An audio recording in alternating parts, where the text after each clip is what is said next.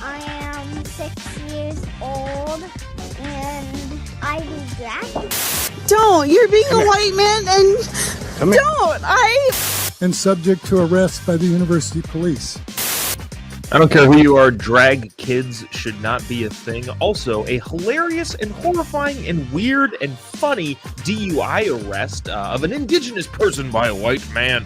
And last night at UCLA, I have some thoughts. If you're aware of the situation that went on there, well, I won't get too far into it, but I do have some thoughts. All that and more coming up on this episode of Daily Caller Live. Thanks so much for tuning in. My name is Jobob. Daily Caller Live starts right now. 2, 1. Here we go! Might be the only brown guy on earth named Jobob. That is actually her name, Jobob.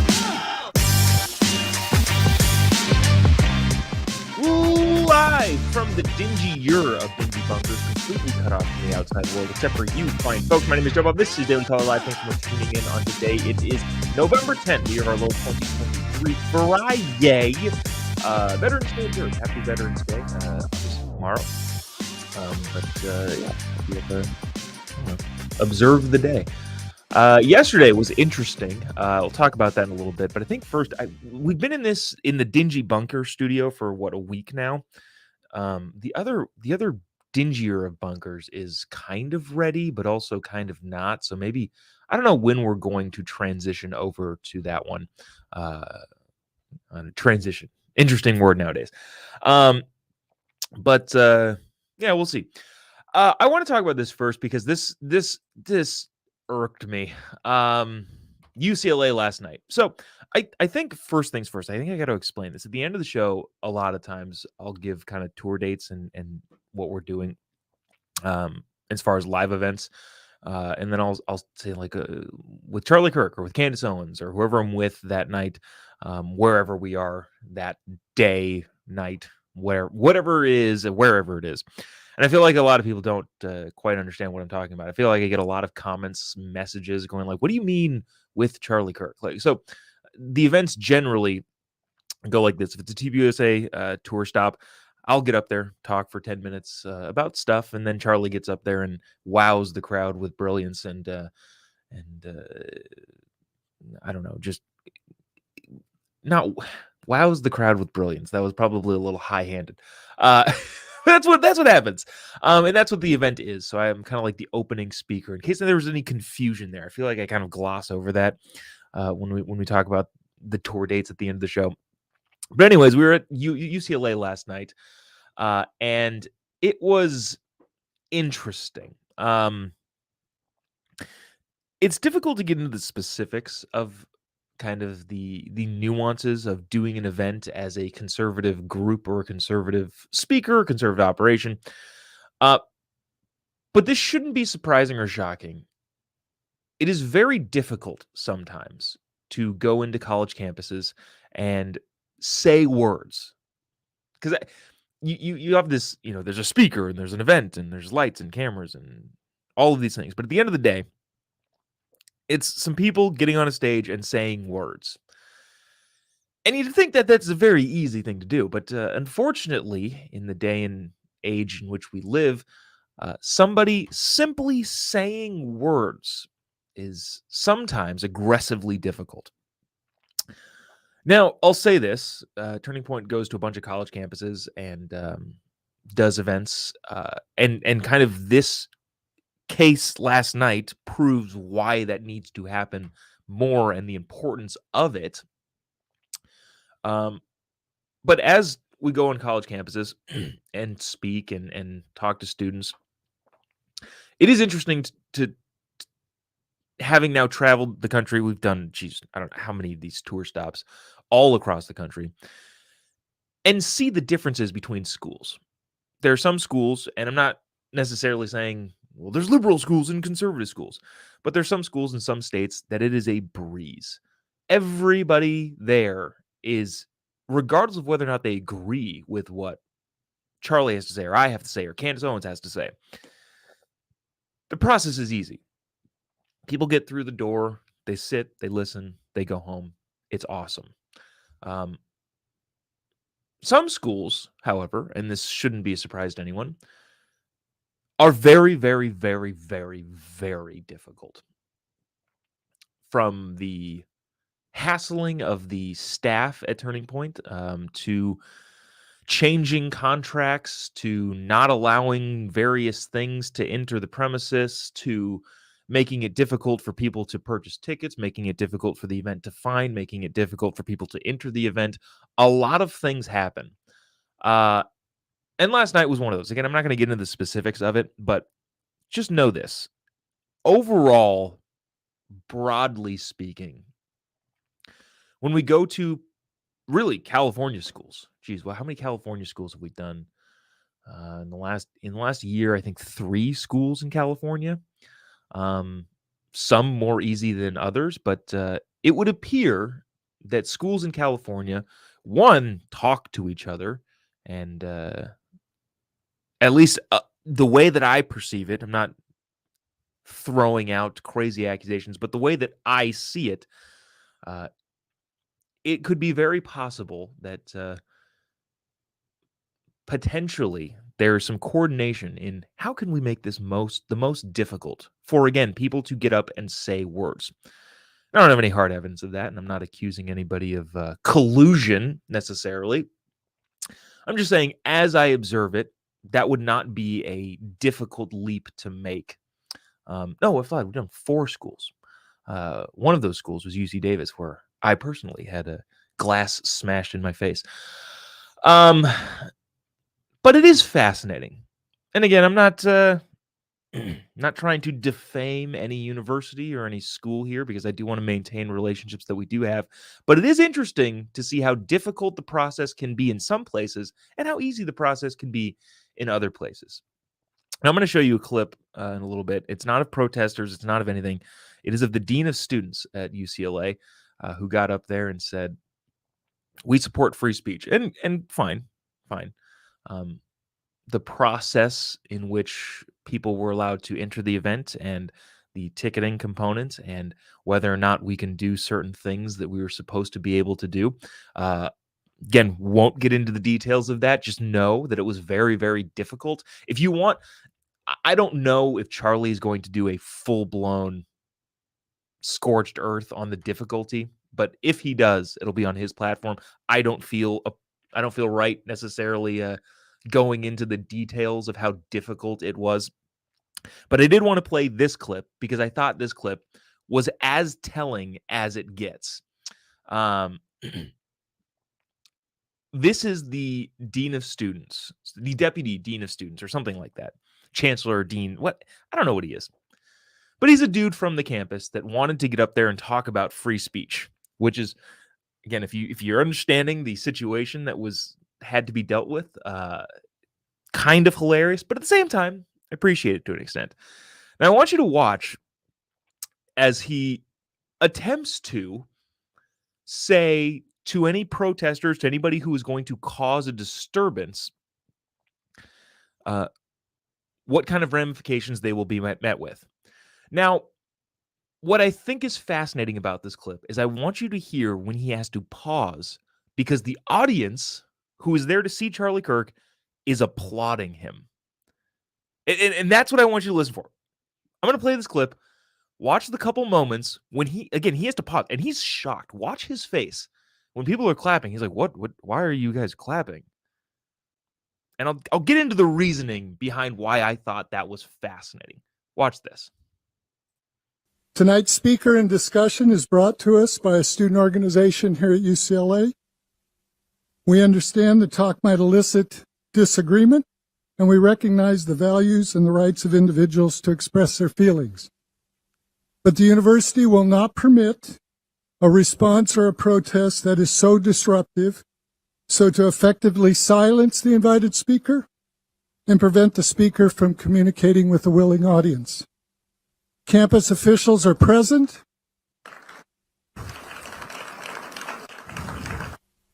Campus officials are present and prepared to approach any individual or group who creates such a disruption during the program. They'll be warned, and if the disruption continues, the individuals will be escorted out of the venue and subject to arrest by the university police. He's shocked. Individuals so clapping? so removed may also be held accountable under our Office of Student Conduct, as well as any applicable criminal laws. Our goal tonight is to have a peaceful and respectful event. Thank you for your attention. So here is why I thought that was freaking fascinating. Because that guy gets up there and I think, in all honesty, I think he was thinking he was talking to the people there who might cause a disturbance. But what I don't think he understood was how difficult it is for conservatives to gather and make their voice heard. I don't think that guy understood how aggressively probably his side of the aisle has made it difficult for conservatives to talk. I don't think he got it. And so when he got up there and said things that I think he probably was like, this is standard procedure. We're going to do if you cause a disturbance, you will be ushered out, and if your disturbance is great enough to warrant criminal charges, you will be arrested. Him saying that, he thinks this is what we go through, is probably par for the course. But because he doesn't understand how difficult it is for conservatives and how difficult just places in general make it for conservatives to do anything, because he doesn't understand the discrimination that freedom-oriented people face on a day-to-day basis just from trying to gather and talk, because he didn't get that, he was thrown off and confused when he said, yeah, if you cause a disturbance, you'll be arrested. And the people in the audience were like, yes, finally.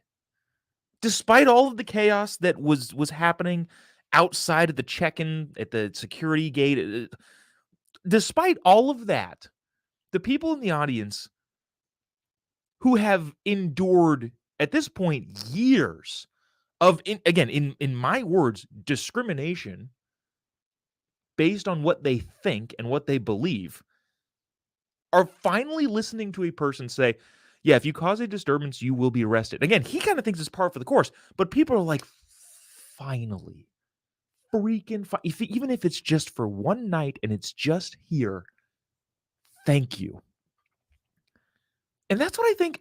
I think a lot of people on the left side of the aisle need to see that sort of thing and need to be put in a situation where they go, wait a minute, is it really, are we really creating such a hostile environment that simply saying, hey, we're going to follow the rules is considered groundbreaking? Yes, that is the case.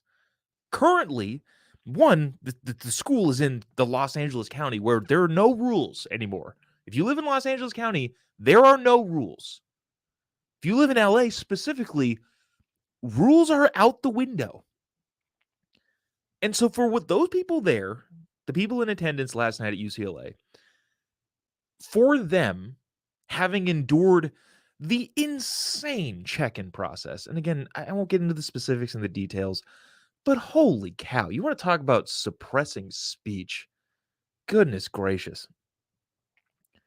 Despite all of that, they finally heard somebody who they probably disagree with, and I guarantee you that guy does not agree with the speech happening there that night.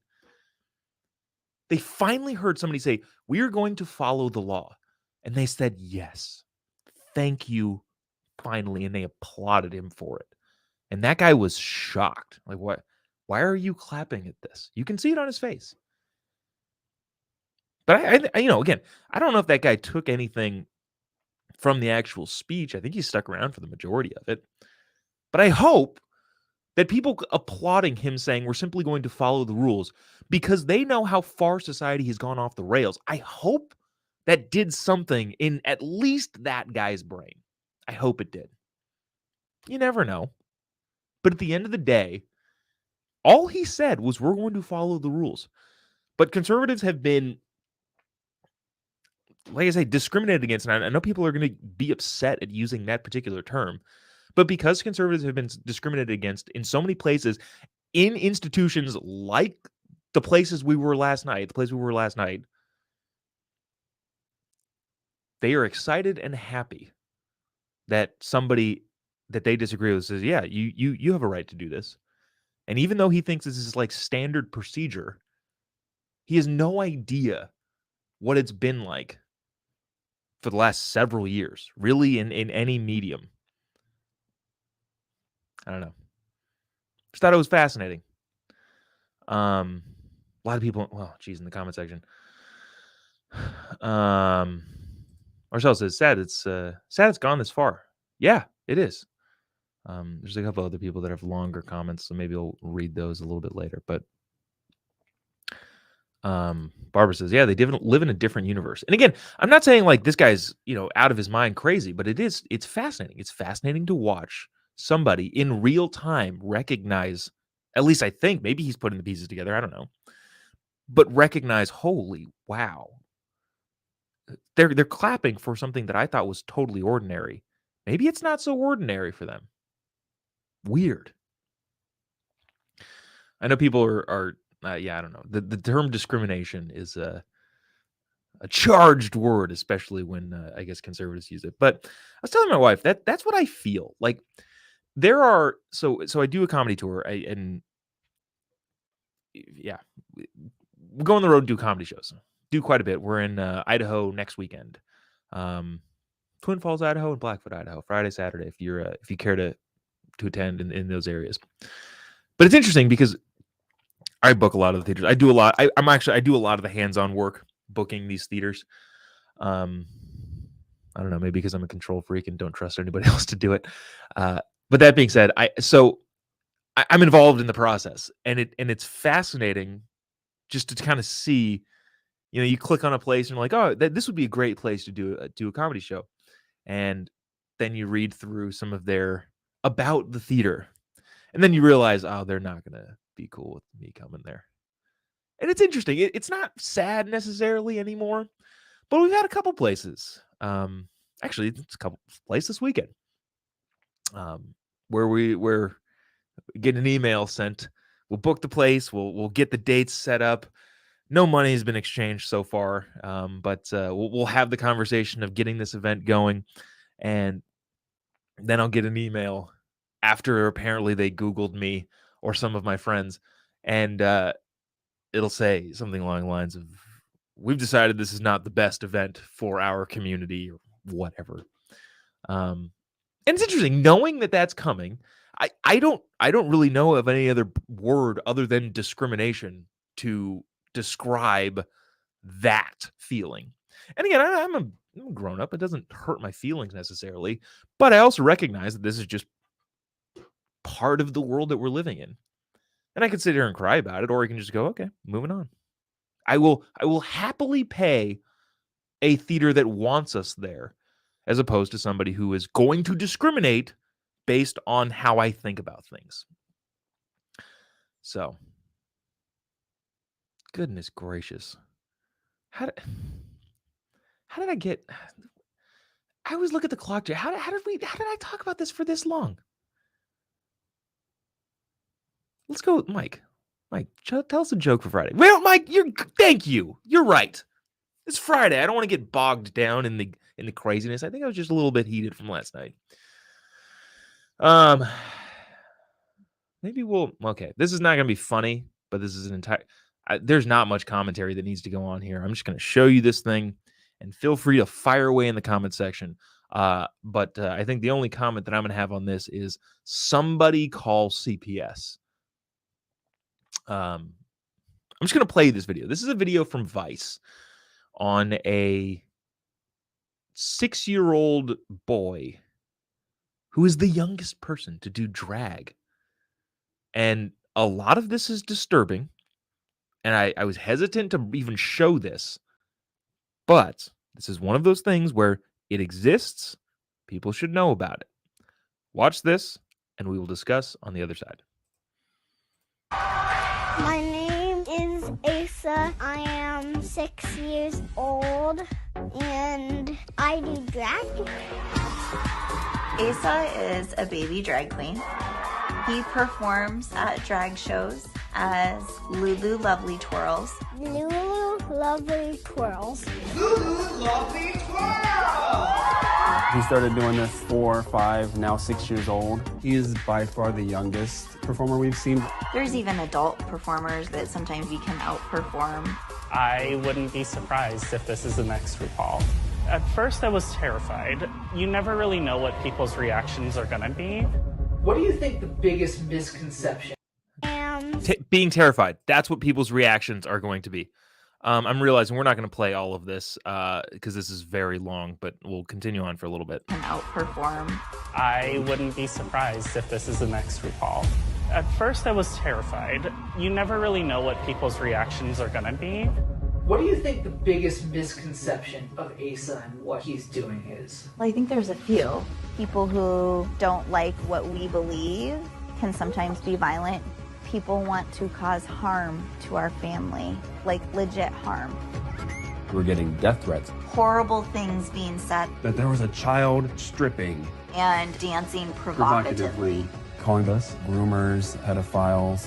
Child Protective Services was called on us. And Good. then the anti-drag bill. This is an activity that is exploiting children. We had a child that would be directly affected by this law. Yeah, all right. We don't need to continue watching that because I'm just getting mad. And like Mike said, it's Friday. Make it funny. But holy crap. Yeah, good Child Protective Services. And look, I don't want to belittle the physical threat to a family because that would be terrible. But I can guarantee you that there's probably not actually any legitimate physical threat. Yeah, there's going to be mean comments online. And I hope there isn't. I hope there isn't any actual physical threat. But having been around this media scope in the little world, everybody gets death threats. It's not. That's just the way that all of this works. And I don't like it. I think it's terrible. But the internet is the internet. The internet is the internet. And hopefully there are actually no credible threats. But the threat of calling CPS, yeah, you should. People saying you're doing bad, like what did they say? There's people that are saying we're going to do bad things. You're doing bad things to your own family. Again, I feel like there's not a ton that needs to be commented on this because I think anybody with 2 eyeballs and half a brain can figure out why this is a problem. But holy cow. Wow, geez, yeah, a lot of people. Stop, Jan. You're right. Stop. Don't play this crap. Yeah, this thing is, do you play it or do you, I don't know. Do you play this sort of stuff and let people know that, hey, this is what outlets like Vice are trying to mainstream? Or do you go like, this is too disgusting and weird. I don't even want to engage. I'm kind of caught in between here. But here's the thing. They should have guy with the Jesus sign. And as a person that would probably agree more with that guy than this family, I would say this. Lastly, before we move on. There are practices and ways of doing things in life that make your life easier, and there are things that make your life harder. I understand there's a lot of variable space. There's a lot of space in between good ideas and bad ideas for, I guess, insignificant variables. The kid wants to dance? Fine. Put him in a dance class. Who cares? But when you push it this far to the extent of, okay, he knew early on he wanted to be in adult entertainment. Okay, I'm going to tell you pretty much straight up, regardless of your religious beliefs, because that's what they're going against, right? They're saying, oh, the religious beliefs don't agree with what we're doing. Aside from that, I agree on the religious part, but aside from that, even if we took that out of the conversation, the saddest part about it is I would put a hefty amount of money on the fact that this kid is not going to adjust well growing up. And that is the sad part. And so the reason why people are upset about this and why people might be speaking out against those parents is because you want to talk about setting your kid up for failure. There are a lot of kids that don't have the luxury of having two parents at home. And this kid does. But they are so misguided, it would seem, that the advantage that he may have gained is washed away because of bad decisions, which is honestly at the end of the day just sad. So we'll stop being sad and we'll go to this. Let's all laugh together collectively at a woke person getting arrested. So here's, I guess, more of our typical Friday thing. This is a traffic stop. I don't know where this is, but this is a traffic stop of some lady who is driving drunk on the wrong side of the road. And the conversation between the officer and not lady, the them, as you will see in this video, is the entire spectrum of emotions. It is hilarious. It is horrifying. It is sad. It is angering. All of the things that you can feel, you will feel in this video clip. And there's several places to pause and jump in and collect our thoughts. But watch this, and then we'll send ourselves off into the weekend. Check it out.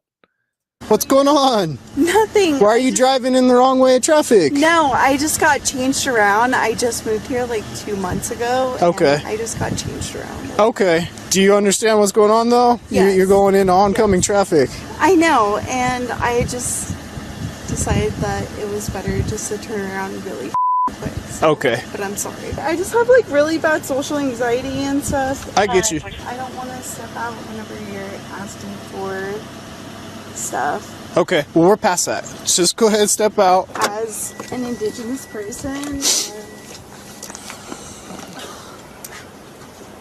Right back here, please. Miss Perry? Well, I'm non-binary, so. Okay. What do you go by? It's Kai. How can I refer to you tonight? Kai? Kai. Okay. Hey, I'm smelling alcohol. I know. How much have you consumed tonight? Like probably 3 drinks. I need to run you through some tests right now. Stand facing me, please. But I just want you to know that I also have very bad social anxiety. You and me both. Okay. All right, so I don't want to belittle actual anxiety. I know actual anxiety is an actual real thing, and I don't want to make fun of a thing that people actually suffer from. Having said that, what is it? The Coddling of the American Mind, I think, is the book by Greg Lukianoff and Jonathan Haidt, that basically said we are teaching our kids mental disorders, including the anxiety. And so if this person has anxiety, it would appear by all of the things that she is saying, it was probably taught to her in some way, shape, or form. What is where are we at with the intersectionalist list? So she said, sorry, Kai. I'm not going to do that. So she said non-binary. She's a non-binary person, goes by a different pronoun, is an indigenous person, is pretty clearly intoxicated. Well, that's beside the point. But anxiety, non-binary, indigenous person. All right. Where can we go from here? Watch this. Now with your right foot, place it in front of your left in a heel-to-toe touching manner with your arms by your side, just like this, ma'am. Can you not call me ma'am, please? I'm trying my hardest. Okay, well. Okay.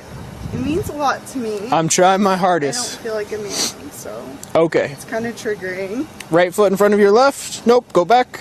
I'm sorry, but the whole man thing just like... I apologize. Let's see if we can move forward from it. You have 0 questions?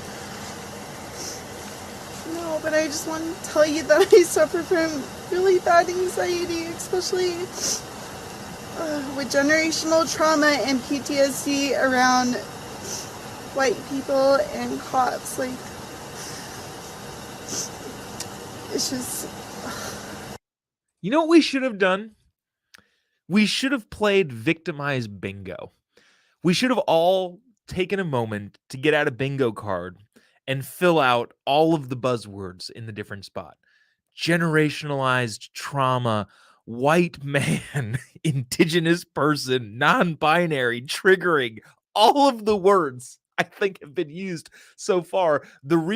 So we'd all have a blackout on our square, but it would be whoever got their 3 or 4 or 5 in a row first, I think, would be the thing. But now, dude, this is okay. Here's it's hilarious, but it's also sad. This girl did not raise herself. Somebody and it's way up there now, but somebody said another lost one. We'd lost another person, not in death, obviously, but just in the mindset of somebody who probably could have been a normal person, but got hoodwinked into the crazy ideology that they, whatever now believes. But yeah, if we were playing triggered bingo, I think we have enough here in terms of the lefty woke buzzwords to fill up the entire square.